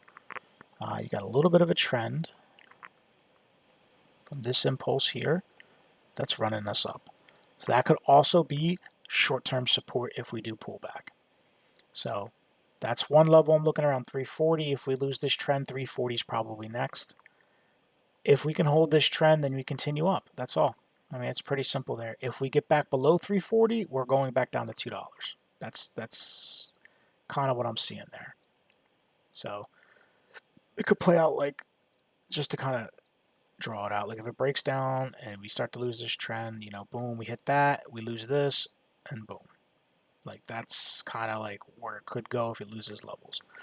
It has a long way to go before it loses this trend. So what I'd really be watching for is more of this. Take this high right here we had right around there. And take a 618 fib real quick on the 4-hour. Yeah, that lines up. You got 618 just below at $4. So maybe this I would say maybe this $4.15 to $4 level, right? I'm gonna just put a box here. This could serve as support on the short term, right here. It's our 618 down here, and then you have this previous breakout. Could come back down and retest, and you also have the trend there. So if price got back down in here and held, you know, we could continue up. You lose this, and you, like I said, 340 could be next, and then you lose 340, 220 is next. To the upside, like I said, there's not much between you and that 750. I mean, there are some levels we're kind of making our way up towards on the 4-hour. You got like the $6 level, but after you break above 6, it's pretty much clear skies. There's not a lot of volume. See, the volume faded once we broke out of this little channel down here. That's where all the volume was. We broke out of it, and it's kind of moving up. So I suspect the way it came down is probably the way it's going to make it up. It's going to chop its way up, down. It's probably going to do the same thing on the way up. Well, until it proves otherwise. But you got a trend on the 4-hour you can watch. You have some local levels on the 4, and then you have some more higher time frame levels below that if you do lose trend. Hope that helps. John Deere. All right, somebody asked for Val, then John Deere. Is John Deere the ticker? Is it DE? Is John Deere? Wait, hold on. Yeah, it is. All right, you typed it in first, so I'll look at that one. Are we cooking? I hope we're cooking. My short's cooking. I'll tell you that much. I had to go double check it real quick.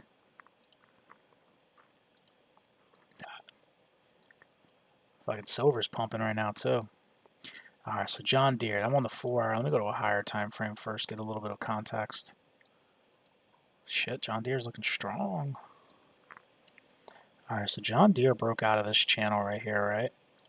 Let me just draw a line so you can see what I mean.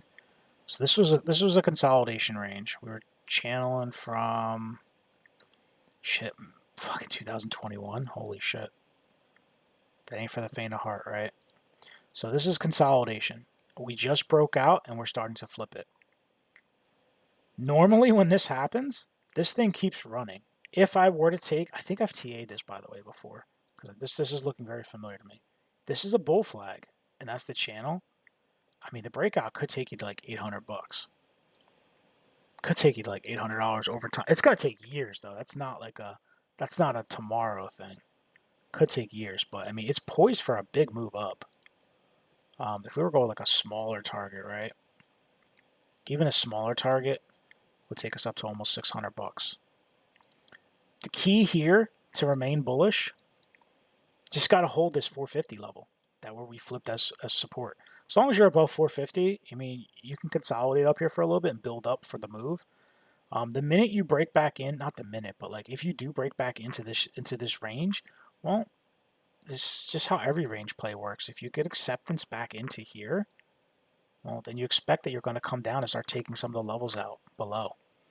So don't want to lose 447, let's call it. 447, 450.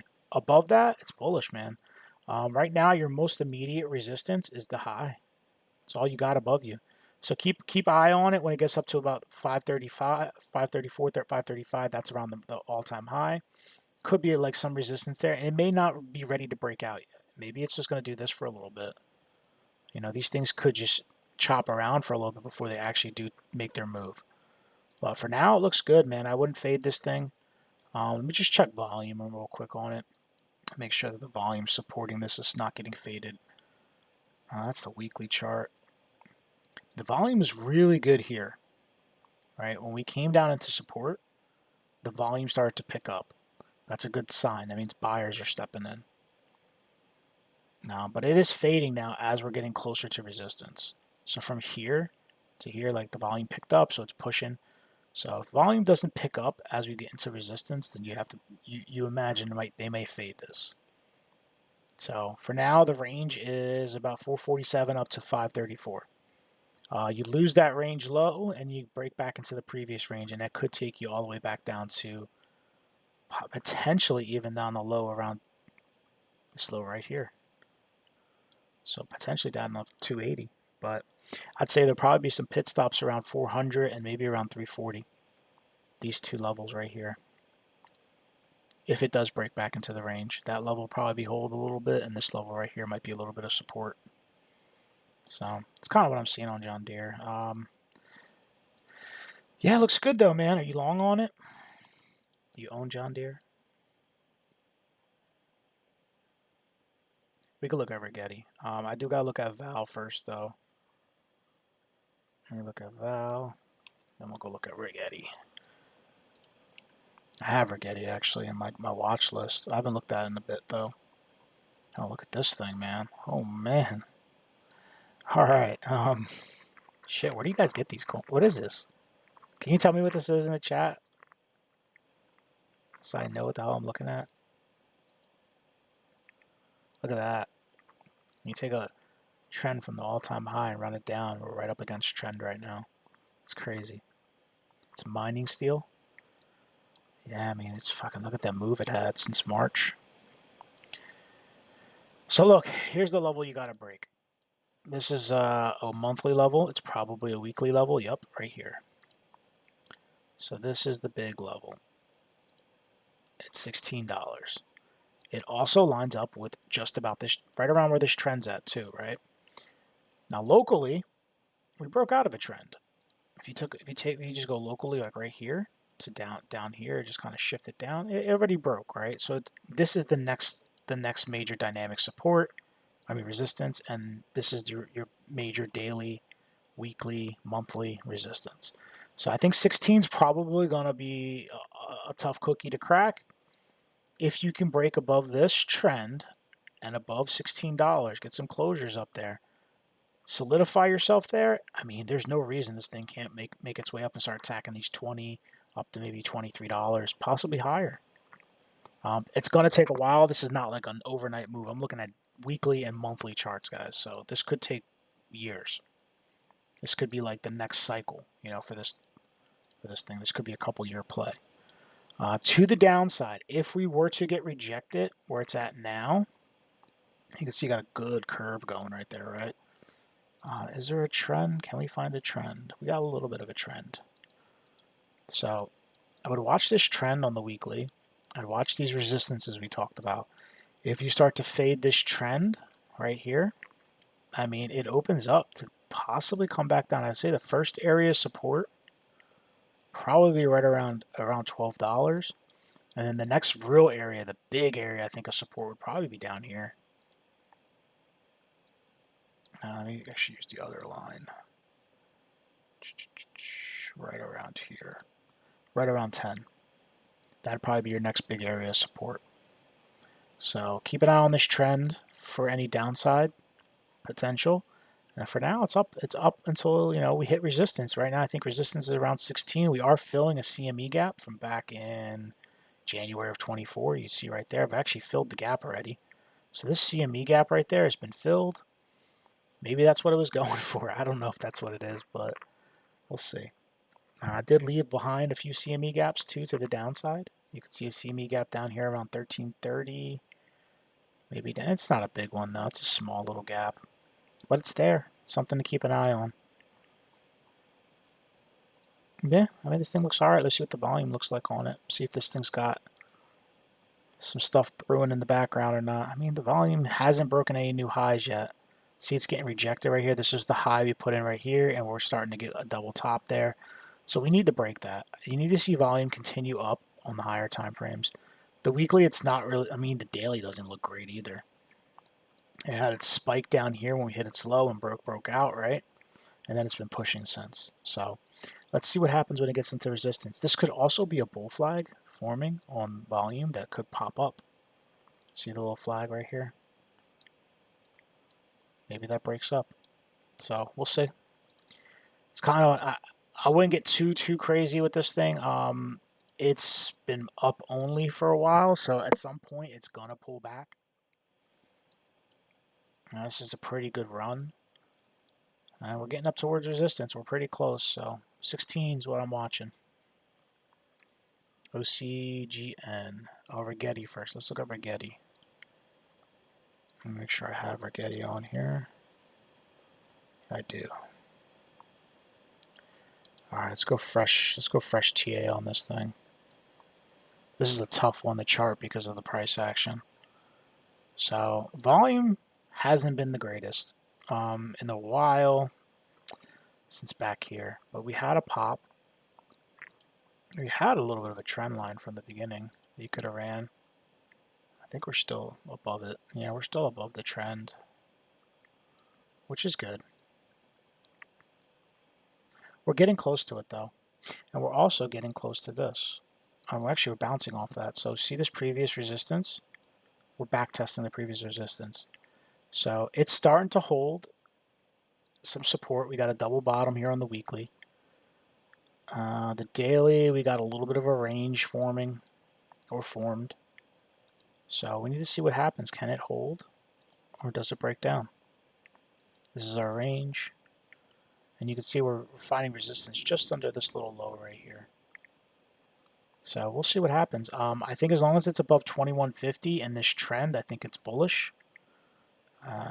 If it can break out of this high, if we can break this high here around 30 bucks, man, the next level up is around 44.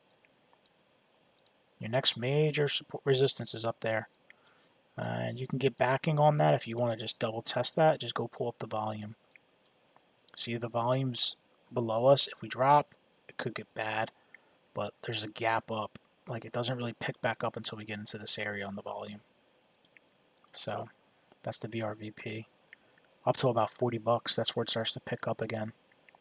So if we can get out of this little, if this is accumulation, it'll play out something like this, where it'll just continue to do this for a little bit. It'll eventually break out, it'll come back test, and then it'll run up. And if it does decide it's going to fade, it's going to do the opposite.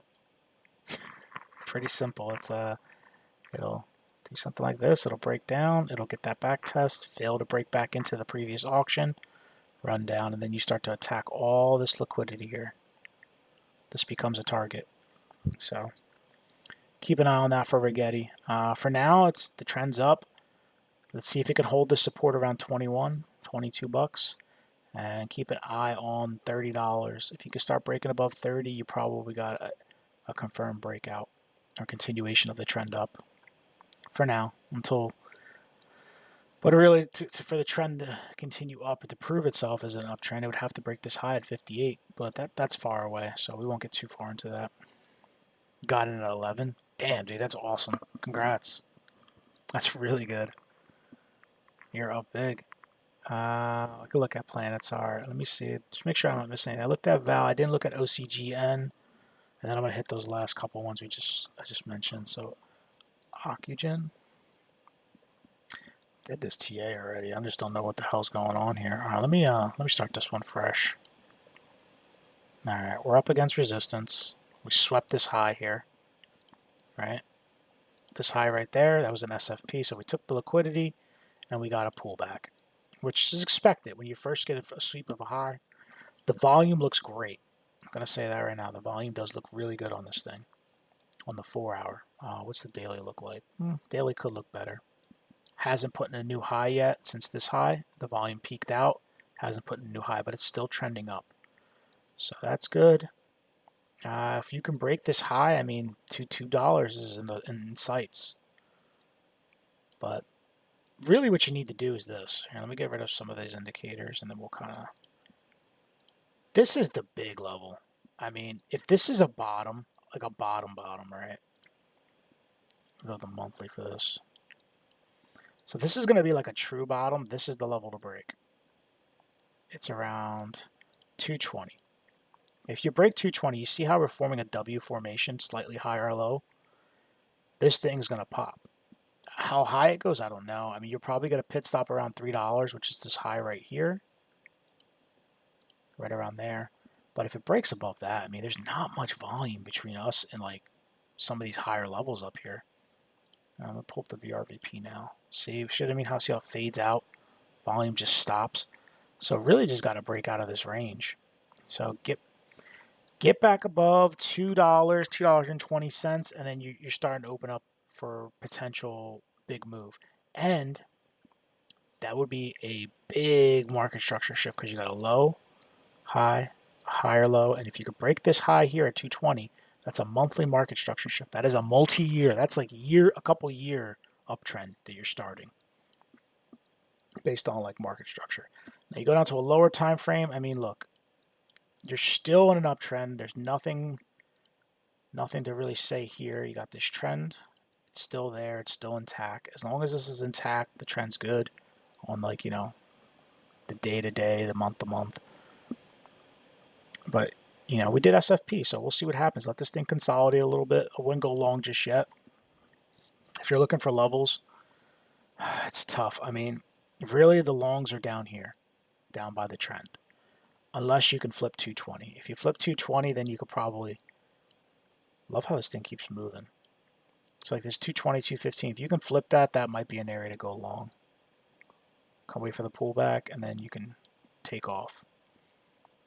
It doesn't always have to play out like that, but that's kind of what I'm seeing. This thing could take some time, man. But that's the major levels I'd be watching. I watched that local trend I showed you on the weekly. It's not even local. It's a weekly trend. And I watched this weekly, monthly, daily high right here around 215, 220. And it's the downside, like, you really don't want to lose this low here. This is the big low you don't want to lose. You don't want to lose. You start losing around 134. That is the daily low, the last daily swing low we put in.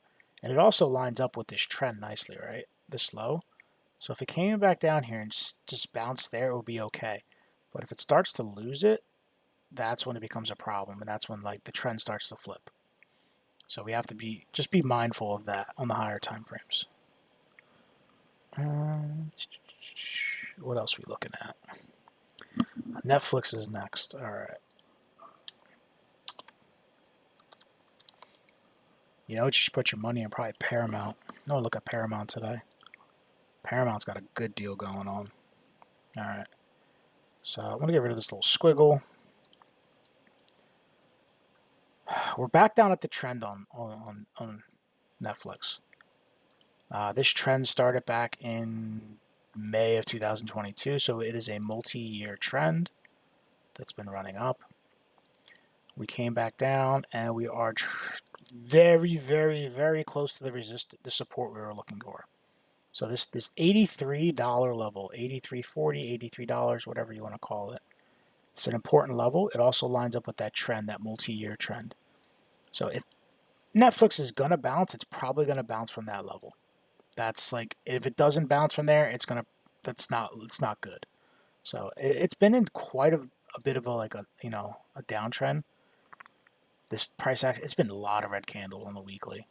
So, I mean, I would hope for a little bit of a bounce here just for like Netflix's sake because it's just sake because it's not great. So maybe we get a little bounce here and then maybe we run it back up. And if it's going to put a higher low in, that was the drawing I had earlier. This is the area I was looking for. Higher low somewhere in here. Potentially, if it's going to roll down, it's going to do something like that. Otherwise, it'll just continue up. Maybe it'll continue an uptrend. But 83 is your big level.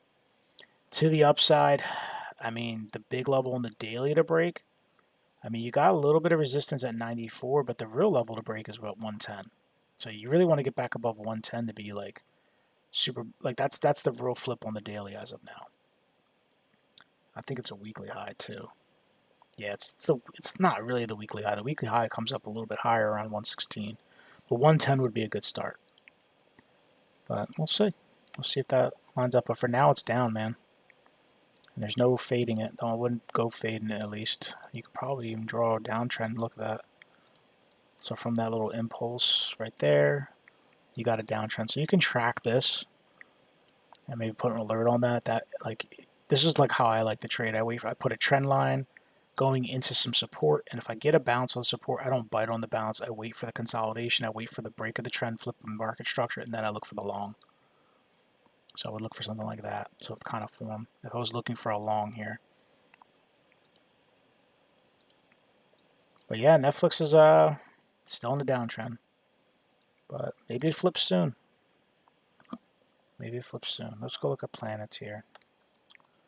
PLTR. Still consolidating, man. Look at that. That's the trend that we got back from August 2024. Wow, that's a while back. Multi-year trend as well. We're getting tight here. It's getting tight consolidation. So Planeteer is either going to break out or break up, down. Break up or down. You see how we're starting to consolidate on the weekly? And you can see that we're starting to bang into support. So if we slip this trend, the first level on Planeteer I'm watching is 148, 150. If we slip trend. If we were going to bounce and hold trend, it's got to do it soon. It's got to do it from this level. Otherwise, you're flirting with a breakdown. And that's just the first level. If it breaks that level, I mean, it could come down to the low 100s, like 120, potentially even down lower than that. But I'd say that'd be the next level right here. I'd watch on Planeteer. Palantir, I said Planeteer. Somebody called me out on that the other day. Now I keep saying it. To the upside, I mean, really, you got to break this high here. This is the big high to break. It's up here around 196. It would be a good start if you broke 182, this high here. This is where we dropped from. But I think this is the main. This is where you flip. Like this is where it's confirmed. If you can get back above this, boom, it's confirmed that it will go up. That's where you're looking for. But locally, you see like on the range right here on the 4-hour. Look how we hit our heads here. Bang, bang, bang, and then it broke down from the little range. So that's the first level you need to get back above is 182. Get back above 182, then you look up to like 186, 187. You get back above that, and then you're looking up like close to 200. But that's going to require a breakout to get above 200. Break out of this little pattern we're in. So that's Palantir. Not much really to look at here. I'd say we're going to, in the next few weeks going into February, we're going to have some type of resolution on this thing, up or down. 167 overnight. So it's below trend then. It's down here. Yeah, man. Let's see what happens tomorrow. What should you think what do you think is going to go? I don't know, man. We'll see how tomorrow opens. That's the beauty of it, man. It can be down over the weekends. You never trust weekend price action because the markets aren't open. It's not real price action. They can flip it in a dime. Think about who's trading on the weekends. It's not Wall Street. It's not hedge funds. It's not friggin', any of these like major companies. It's regular people like you and me, degens. Usually we're the ones that get smashed by these guys because they come take our liquidity. You bought a put on SPY at 690 on Saturday. Will it work? I don't know. What's SPY at? Still at 690. It's gonna open lower tomorrow, so you'll probably be in the money. It's just what happens tomorrow. Do they go back up and fill the gap and close back up? where it's, you know, Friday's close, but you'll probably open up in money. Yeah, I mean, you're in the money. Watch that trend I was showing you, this little trend. So it's down here somewhere, right? If it starts to break back into the trend, if it fills the gap, that's one thing. But if it fills the gap and keeps going, then you probably have a reversal on your hands. So I'll keep an eye on that. I did PLTR already. Can I look at ICP? Oh, that's a crypto. I can look at that. Why ICP? Why do people like ICP so much? Yeah, this thing looks like shit. I remember looking at this the other day. Now that you like refresh my memory on it. Yeah, it looks like crap, dude. Looks like every other altcoin. Here's your floor, and you're sitting at it. You're literally right above your floor. So you can't lose. If you lose 290, man, this thing's just going to keep going. At least down to this wick here around one freaking. Where's that wick that they put in? 122. So you lose that 290. 122 is in the cards. If it can go, look, if it can hold the support, and once it take a crack up, I mean, your next major resistance is not up to, on the weekly, is not up to almost $10. Even on the daily, the only resistance you have above you is the resistance you just put in, which is around 470, the high we put in the other day. So those are the two levels to the upside if we can hold this. So these are my two big levels. You got to break this to get up here, and if you break below this, you're coming down for this wick. So you're in a decision spot right now.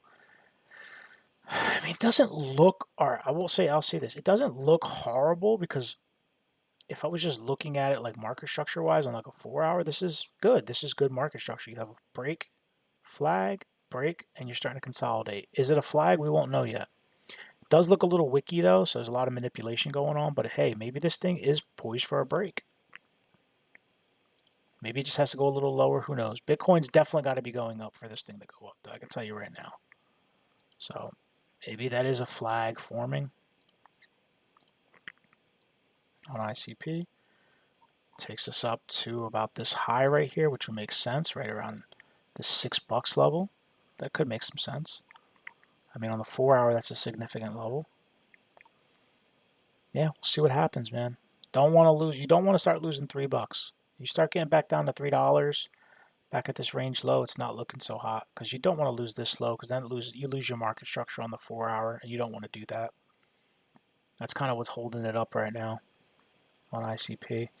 I'd imagine volume's probably, no, volume wasn't too bad, but you want volume to kick back up on the 4-hour. Let me see what Market Cipher says. You do have bearish divergence here on the daily. That's not a good sign right there off that high, which is, it's playing out, so it could reverse. I've seen better indicators. Yeah, I let this one sit for a little bit, man. It did bounce at a good spot, though. I'll say that much. That wick bounced at the 786. So there is potential, right? If I'm just thinking how market makers move. This wick here, there's a very good chance they come back for it, especially if BTC is coming down. So I would watch this low at $3.45, $3.45. There's a potential they come back down here, fill that wick, and then run it up if they're going to flip bullish. So that's a significant low for me to watch this week, 345. And if you can get a bounce there, there could be a nice little SFP play, maybe like a double bottom, something like that. Maybe even a higher low gets put in, but I think they're going to fill some of this over the next couple days. But watch that low there. That would be the last place I'd look for a higher low. If we start breaking below this level here, you're coming back down, I think, to the $3 level. So this is like this is your last bullish hope, really, this level. Anything below that, and then you're starting to just break back down to the lows again, giving it all back, and that's not a good sign. You're not gonna induce traders to want to go long on something that's giving all of its gains back. It's got to at least put a higher low in. So that's what I'm seeing on that one. What volume indicator I'm using? Just volume. So my indicators are right here. I just use volume. And what I do is I go to settings, style. I turn off the actual, because normally it's just this. It's just these little bars at the bottom. But I turn off the bars. So I take the volume off and I just use the moving average. I like to have just a clean little blue line. You can make whatever color you want. And it just tells you what the volume's doing. I like that. It's cleaner. That's why I use it. Let's see what else you guys want to look at. Is gold gonna drop? I don't know, man. Gold looks strong, dude. I wouldn't fade gold. I'm not fading it. Is basically what I'm saying. I mean, look at this thing. It's just straight up. Look at it. I mean, it looks like it's poised. This is either a really, really convincing Bart Simpson or that's a bull flag. I haven't figured it out yet. But until this channel breaks on gold, this channel right here, until this channel breaks, we're not going to know what it does. So it's either going to break down from the channel, go fill the CME gap, or it's going to break up and continue in its uptrend. So I'm not touching it until it makes a decision. You can even take that wick away, but I like to include the wicks as the high because it could come sweep the high and then run down. But it's looking a little. It's like it's hard to tell the difference between a Bart Simpson pattern and like your typical bull flag. But what I will say though is this is the hourly. Volume is not there. So for this to be a breakout right now, the volume should be going in its favor. Yeah, I can look at BTC. You're a little late though. We did look at BTC like for a good half hour already. But I can go back over it. Just let me get everybody else's calls first, and then I can TQQ analysis. I think we just looked at that. No, it's something different. I take it back. I mean, it looks just like the NASDAQ. It's the same thing as the NASDAQ. This is just derivatives of it or different ETFs. Same analysis, man. You're on trend. You're gonna have. It's gonna open up lower than it is now because right now the futures market's lower. It's like a quarter or a 0.5% lower than it was on Friday. Not much, but it's lower. But this trend is really going to be your friend at the end of the day. If you lose this trend on it, you're opening up the floodgates, man. I think the first major stop is going to be down to 46 right here, this low. Why? Because it lines up with this right here. So that'll be your first stop if you lose this trend. So see how it opens tomorrow? If it's like that, then boom, you're expecting to come down. But it could just take it right back up. Now, your major resistance to your upside is around 56, 58, 56.60. And then you have the all-time high around $60.50. It's going to make a decision tomorrow. I think this week we're going to have a decision on all the indices, like S&P, Qs, all that stuff. Sorry, I had to mute myself. All right, let me look at AMSC, then I'm going to look at BTC. What time is it? And then I think I'm going to jump off after that, guys, because I've been going for a little bit. AMSC. And then BTC is going to be my last one by BFS. I don't know what that means. Whew, look at that. American superconductors. Oof. All right. Well,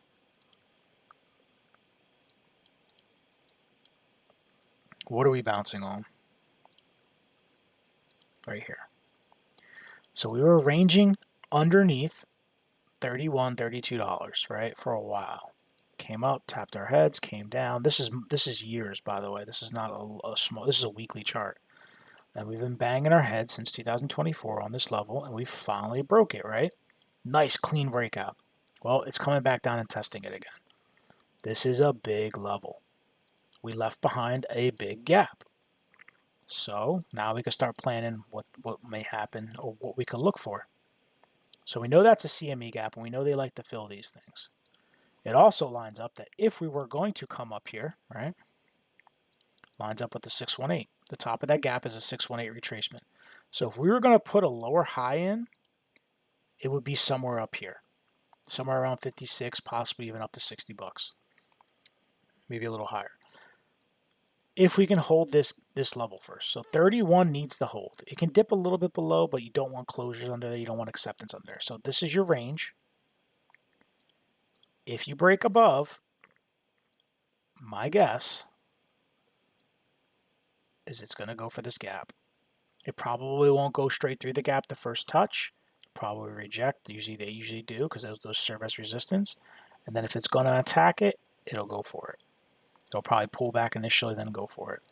So get above 34 bucks, hold as support. You have a shot of going up to 44, possibly even up to like 56 in this range. You lose this $31 range, you are coming all the way back down. You open up the idea that you could come all the way back down to 15 bucks. That's your next major support. So 15 on the higher time frames if you lose 31 and gain acceptance back under. If you stay above 31, then you could go back up towards this gap will be my first target. And you can see there's no volume. This is all single prints here. I can pull my volume indicator up and you see the volume just fades out once you get above this level. So it's really getting above the level we're at now. Break above and we can fill that gap. All right, what I said the last thing I am going to look at is BTC. So I'll do a quick analysis on BTC. And then we're going to go, and I'm probably going to call it after that. Because I can only look at charts for so long before my eyes start to bleed.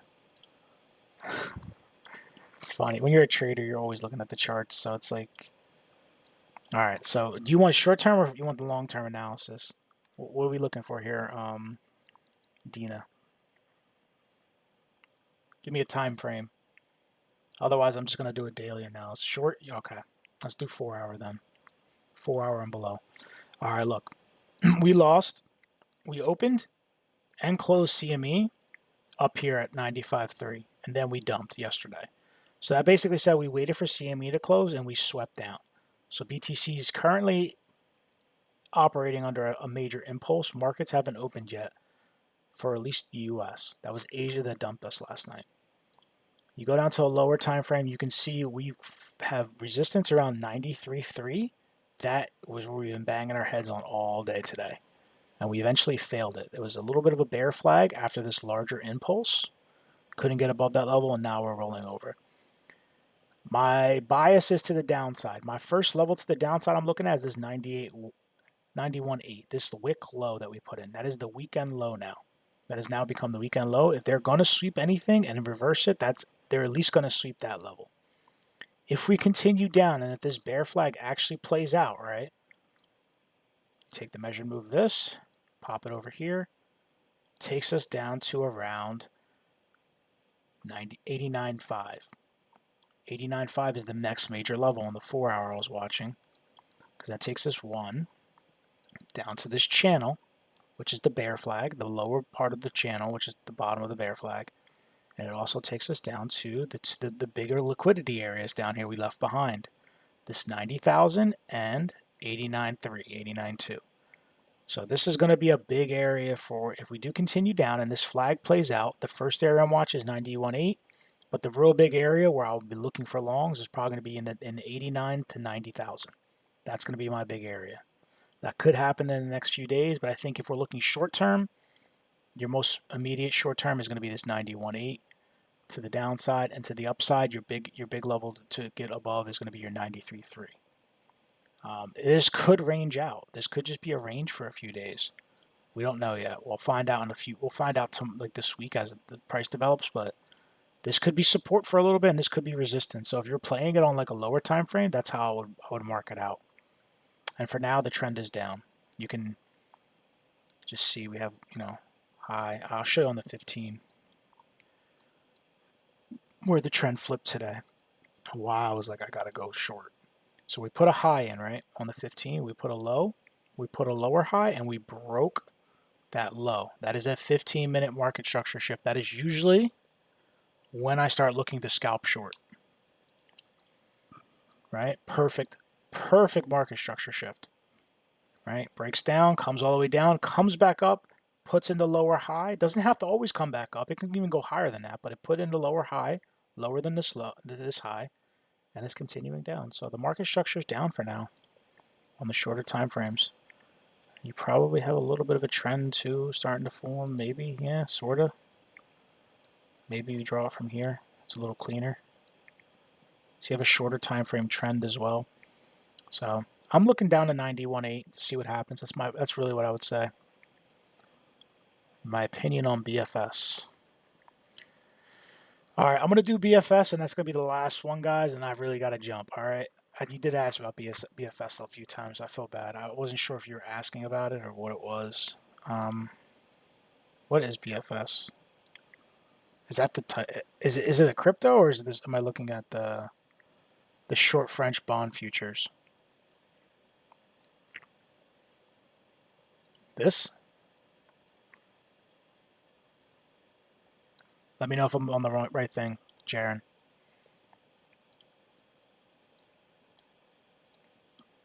Is this the right BFS? It says Sol Centers, but the ticker is BFS.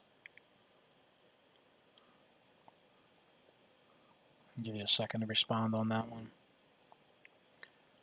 I hope this is the right one, otherwise I'm going to be TAing the wrong thing.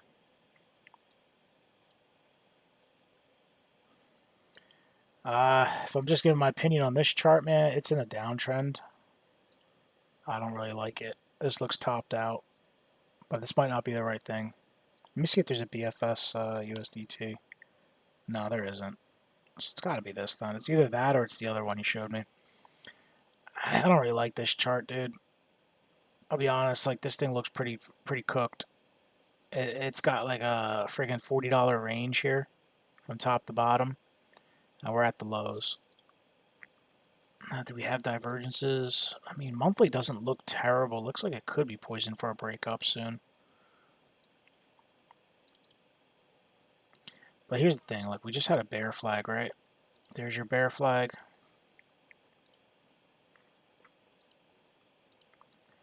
And if you're just doing the measured move of the bear flag,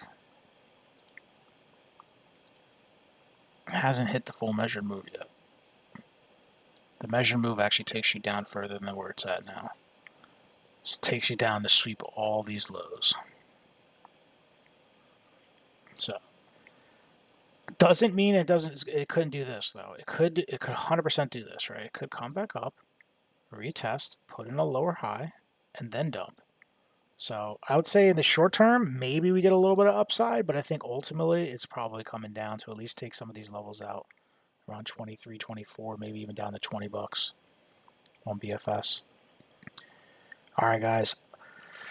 I'm going to call it for the day. I've been going for about 2 hours. My name is Eddie. I am a trader at Tactical Edge Trading. If you want to check us out, we have a Discord and we have a website with tons of educational content on it. The website's tacticaledgetraders.com. Links in the bio. You can actually join the Discord from there. They're both free. You don't need money to join.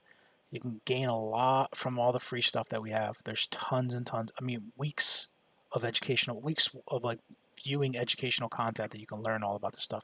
If you're interested in trading, if you're interested in any of this stuff we talked about today, join the group. It's not going to hurt. You might learn something. We do live trading in the group. It's not just myself. There's a ton of us. There's about 1,500 people in the Discord total. I would say active traders, maybe about 50 to 100 of us that are like more active that actually do trade. There's a bunch of us that do it full time. Some of us are aspiring to become full-time traders. We do mentorships, all that kind of stuff. If you're not following us on TikTok and YouTube, give us a follow. We go live almost every day of the week with content just like this, charts, just analyzing the markets, shooting the shit. We're pretty down to earth about this stuff.